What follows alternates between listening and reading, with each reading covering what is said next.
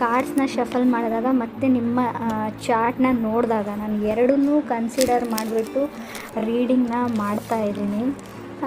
ಕಾರ್ಡ್ಸ್ನ shuffle ಮಾಡಿದಾಗ first card ನನಗೆ 2 of cups ಬಂದಿದೆ.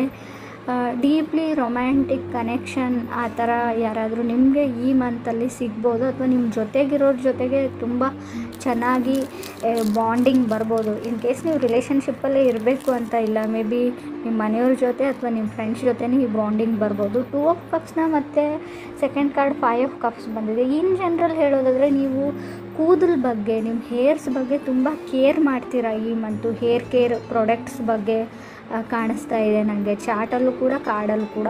ಮತ್ತು ಈ ಮಂತಲ್ಲಿ ತುಂಬ ಸ್ಟ್ರೆಸ್ ನಿಮಗೆ ಜಾಸ್ತಿ ಆಗ್ಬೋದು, ತುಂಬ ಟೆನ್ಷನ್ ಮಾಡ್ಕೊಳ್ತೀರಾ ಅಂತ ಹೇಳ್ಬೋದು. ಮ್ಯಾಟರ್ ಆಫ್ ಕಂಫರ್ಟ್ ಅಂತ ಹೇಳ್ತೀವಿ, ನಿಮ್ಮ ಕಂಫರ್ಟ್ ಝೋನಿಂದ ಆಚೆ ಹೋಗ್ಬೋದು ನೀವು. ಇದರಿಂದ ನಿಮಗೆ ಅಡ್ಜಸ್ಟ್ಮೆಂಟ್ ಆಗೋದು ಸ್ವಲ್ಪ ಕಷ್ಟ ಆಗ್ಬೋದು. ಹೊಸ ಜಾಗ ಆಗ್ಬೋದು, ಹೊಸ ಜಾಬ್ ಆಗ್ಬೋದು, ಆಫೀಸ್ ಆಗ್ಬೋದು. ರೀಸೆಂಟಾಗಿ ಮದುವೆ ಆಗಿದ್ದರೆ ಅವ್ರ ಮನೇಲಿ ಅಡ್ಜಸ್ಟ್ ಆಗೋದ್ರ ಬಗ್ಗೆನೂ ಕೇರ್ ಇರ್ಬೋದು. 5 ಆಫ್ ಕಪ್ಸ್ ಏನು ಹೇಳುತ್ತೆ ಅಂತ, ಒಂದು ಸಿಚುವೇಶನ್ ಬಗ್ಗೆನೇ ನೀವು ಕಂಫರ್ಟೇಬಲ್ ಫೀಲ್ ಮಾಡಲ್ಲ, ಡಿಸಪಾಯಿಂಟ್ ಫೀಲ್ ಮಾಡ್ಬೋದು ಅಂತ ಹೇಳುತ್ತೆ ಕಾರ್ಡು. ಬಟ್ ನಾನು ಕೇರ್ಫುಲ್ ಆಗಿರಿ ಅಂತ ಹೇಳ್ತೀನಿ. ಸೊ ನಿಮ್ಮ ಮಾತಿನ ಬಗ್ಗೆ ಗಮನ ಇರಲಿ. ನೀವು ಆಡೋ ಮಾತಿಂದ ಬೇರೆಯವ್ರಿಗೆ ಹರ್ಟ್ ಆಗ್ಬೋದು, ಅಥವಾ ಯೋಚನೆ ಮಾಡಿ ಮಾತಾಡಿಬಿಡಿ. ಸಡನ್ನಾಗಿ ಏನೋ ಅಂದ್ಬಿಟ್ಟು ಆಮೇಲೆ ಅದ್ರ ಬಗ್ಗೆ ಯೋಚನೆ ಮಾಡ್ತೀರಾ ಅಂತಲೂ ಈ ಮಂತಲ್ಲಿ ಹೇಳ್ತಾ ಇದ್ದೆ. ನಿಮ್ಮ ಚಾರ್ಟು ಲಾಸ್ಟ್ ಮಿನಿಟಲ್ಲಿ ಮೈಂಡ್ ಚೇಂಜ್ ಮಾಡುವಂಥ ಚಾನ್ಸಸ್ ಇದೆ. ಯಾಕಂದರೆ ಥರ್ಡ್ ಕಾರ್ಡ್ ನನಗೆ 2 ಆಫ್ ಪೆಂಟಿಕಲ್ಸ್ ಬಂದಿದೆ. ಸೊ ಏನೋ ಗೊತ್ತಿಲ್ಲ, ಏನು ಸಡನ್ನಾಗಿ ಥಾಟ್ ಬರುತ್ತೆ ನನಗೆ ಗೊತ್ತಿಲ್ಲ. ಮೇ ಬಿ ಎಲ್ಲಿಗೋ ಹೋಗಬೇಕು ಅಂತ ಮೊದಲೇ ಪ್ಲ್ಯಾನ್ ಮಾಡ್ಕೊಂಡಿರ್ತೀರ. ಅಲ್ಲಿಗೆ ಈ ಡ್ರೆಸ್ ಕೋಡು ಅಥವಾ ಈ ಬಟ್ಟೆ ಹಾಕ್ಕೊಳ್ತೀನಿ, ಧರಿಸ್ತೀನಿ ಅಂತ ಅಂದ್ಕೊಂಡಿರ್ತೀರ. ಈ ಥರ ಹೋಗ್ತೀನಿ ಅಂತ ಅಂದ್ಕೊಂಡಿರ್ತಾರೆ. ಲಾಸ್ಟ್ ಮಿನಿಟಲ್ಲಿ ಅದೆಲ್ಲ ಚೇಂಜ್ ಮಾಡಿಬಿಟ್ಟು ಹೋಗೋವಂಥ ಚಾನ್ಸಸ್ ಕೂಡ ಇದೆ. ಬಟ್ 2 ಆಫ್ ಪೆಂಟಿಕಲ್ಸ್ ಏನು ಅಂದರೆ ಆ್ಯನ್ಸಿಸ್ಟರ್ಸ್ ಬ್ಲೆಸ್ಸಿಂಗ್ಸ್ ಅಂತ ಹೇಳ್ತೀವಿ. ನಿಮ್ಮ ಪೂರ್ವಜರು ನಿಮ್ಮ ಜೊತೆ ಇಲ್ಲದೇ ಇರೋರು, ಅವರು ಈಗ ಸದ್ಯಕ್ಕೆ ನಿಮ್ಮ ಜೊತೆ ಇರೋಲ್ಲ, ಅವರು ಪಾಸ್ಟ್ ಅವೇ ಆಗಿರ್ತಾರೆ ತುಂಬ ವರ್ಷಗಳ ಹಿಂದೆ. ನೀವು ನೋಡೂ ಇರಲ್ಲ, ಬರೀ ಫೋಟೋಲ್ಲಿ ನೋಡಿರ್ಬೋದು. ಆ ಥರ ಇರೋ ವ್ಯಕ್ತಿಗಳಿಂದ ನಿಮಗೆ ಬ್ಲೆಸ್ಸಿಂಗ್ ಸಿಗುವಂಥ ಚಾನ್ಸಸ್ ಇದೆ.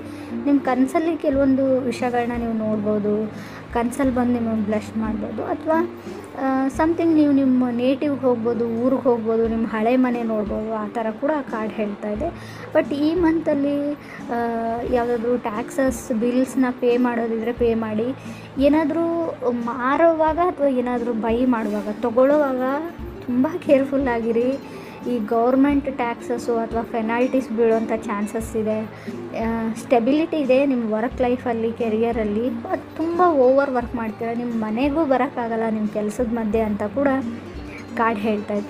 ಇನ್ನೊಂದು ವಿಷಯ, ನಿಮ್ಮ ಸಿಗ್ನೇಚರ್ ಬಗ್ಗೆ, ನೀವು ಕಾಂಟ್ರಾಕ್ಟ್ನ ಏನಾದರೂ ಸೈನ್ ಮಾಡುವಾಗ, ಸೊ ಟರ್ಮ್ಸ್ ಆ್ಯಂಡ್ ಕಂಡೀಷನ್ಸ್ನ ಇನ್ ಕೇಸ್ ನೀವು ಲೋನೇ ತೊಗೊಳ್ಳಿ ಅಥವಾ ಯಾರಿಗಾದ್ರೂ ದುಡ್ಡೇ ಕೊಡಲಿ, ಈ ಪೇಪರ್ ವರ್ಕ್ ಅಂತ ಇರುತ್ತೆ ನೋಡಿ, ಅದನ್ನು ಕರೆಕ್ಟಾಗಿ ಡೀಲ್ ಮಾಡ್ಕೊಳ್ಳಿ. ಅಲ್ಲೂ ಕೂಡ ಪ್ರಾಬ್ಲಮ್ ಆಗುತ್ತೆ ಅಂತ ಹೇಳ್ಬೋದು. ನೀವೇನಾದರೂ ವೆಕೇಷನ್ಸ್ಗೆ ಟ್ರಾವೆಲ್ ಮಾಡಬೇಕು, ಹಾಲಿಡೇಸ್ಗೆ ಏನಾದರೂ ಪ್ಲ್ಯಾನ್ ಮಾಡಿದರೆ ಅಲ್ಲಿ ಡಿಲೇ ಆಗೋ ಚಾನ್ಸಸ್ ಇದೆ. 4th ಕಾರ್ಡ್ ನನಗೆ ಟವರ್ ಕಾರ್ಡ್ ಬಂದಿದೆ. ಟವರ್ ಕಾರ್ಡ್ ಅಂದರೆ remove of any kind of deaths ಅಂತ ಹೇಳ್ತೀವಿ. ಅಂದರೆ ರಿಯಲ್ ಡೆತ್ ಅಲ್ಲ, ನೀವು ಖರ್ಚು ಮಾಡೋ ಎಕ್ಸ್ಪೆಂಡಿಚರ್ನ ಸ್ವಲ್ಪ ರಿಮೂವ್ ಮಾಡ್ಕೊಳ್ಳಿ ಅಂತ ಕಾರ್ಡ್ ಹೇಳ್ತಾಯಿದೆ. ಅಂದರೆ ಕಮ್ಮಿ ಮಾಡ್ಕೊಳ್ಳಿ, ತುಂಬ ಖರ್ಚನ್ನ ಮಾಡಬೇಡಿ. ನಿಮ್ಮ ಅಕೌಂಟ್ಸ್ ಬಗ್ಗೆ ನೀವು ತುಂಬ ಗಮನ ಕೊಡಿ ಅಂತ ಕಾರ್ಡ್ ಹೇಳ್ತಾ ಇದೆ. ಟ್ರಾವೆಲಲ್ಲಿ ಡಿಲೇ ಕಾಣುತ್ತೆ, ಹಾಗೆ ರಿಕವರಿಂಗ್ ಟ್ಯಾಕ್ಸಸ್ ಅಂತ ಹೇಳುತ್ತೆ. ಹಣಕಾಸಿನ ಲಾಸ್ಟ್ ಕೊನೆಯಲ್ಲಿ ನೀವು ರಿಕವರಿ ಕೂಡ ಮಾಡ್ತೀರಾ ಹಣಕಾಸಿನ ಸಮಸ್ಯೆ ಬಗ್ಗೆ. ಫಾರಿನ್ ಟ್ರಾವೆಲ್ ಅಂತ ಇದೆ, ಸದ್ಯಕ್ಕೆ ಆಗದೇ ಇದ್ರೂ ಕೂಡ ನಿಮ್ಮ ಚಾರ್ಟಲ್ಲಿದೆ, ಬಟ್ ಕಾರ್ಡ್ಸಲ್ಲಿ ಇಲ್ಲ. ಅದು ಫಾರಿನ್ ಟ್ರಾವೆಲ್ ಹೋಗಬೇಕು ಅಂದರೂ ಡಿಲೇ ಆಗುತ್ತೆ ಅಂತ ಚಾರ್ಟ್ಸ್ ಹೇಳ್ತಾ ಇದೆ. ಕಾರ್ಡ್ಸ್ ಕೂಡ ಚಾರ್ಟಲ್ಲಿ ಮಾತ್ರ ಅದು ಇದೆ, ಫಾರಿನ್ ಟ್ರಾವೆಲ್ ಅಂತ. ಮೆಜಿಷಿಯನ್ ಕಾರ್ಡ್ ಏನು ಹೇಳ್ತಾ ಇದೆ ಅಂದರೆ ಎನಿಥಿಂಗ್ ಕ್ಯಾನ್ ಬಿ ಪಾಸಿಬಲ್ ಅಂತ ಹೇಳುತ್ತೆ. ನೀವೇನು ಅಂದ್ಕೊಂಡಿರ್ತೀರ ಅದನ್ನು ಮಾಡಬಹುದು ಅಂತ.